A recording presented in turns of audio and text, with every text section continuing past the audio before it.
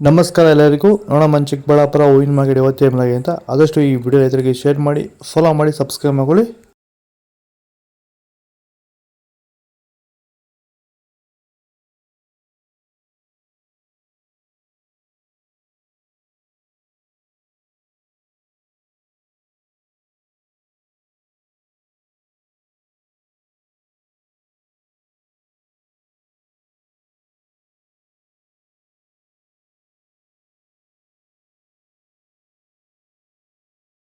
ನನ್ನ ಹೆಸರು ನಾಗರಾಜ್ ಸಿಎಂ ಅಂತ.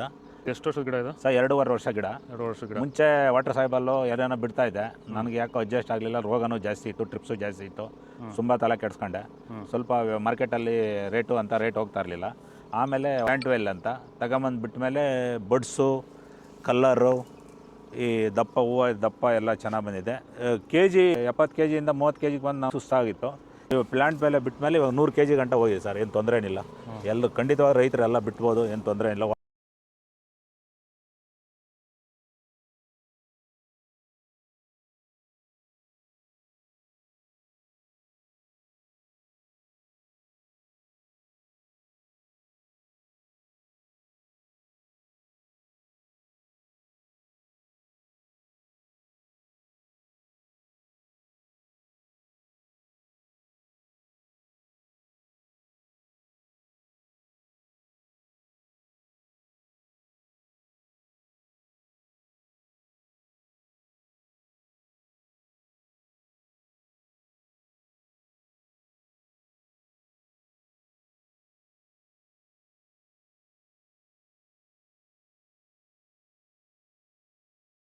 ಇದು ಚಿಕ್ಕಬಳ್ಳಾಪುರ ಹೂವಿನ ಮಾರ್ಕೆಟ್ ಇವತ್ತು ರೇಟ್ಗಳು. ನಿಮಗೆ ಈ ವಿಡಿಯೋ ಯೂಸ್ಫುಲ್ ಪ್ಲೀಸ್ ಒಂದು ಲೈಕ್ ಮಾಡಿ, ಸಬ್ಸ್ಕ್ರೈಬ್ ಮಾಡ್ಕೊಳ್ಳಿ, ಫಾಲೋ ಮಾಡಿ, ಸಪೋರ್ಟ್ ಮಾಡಿ.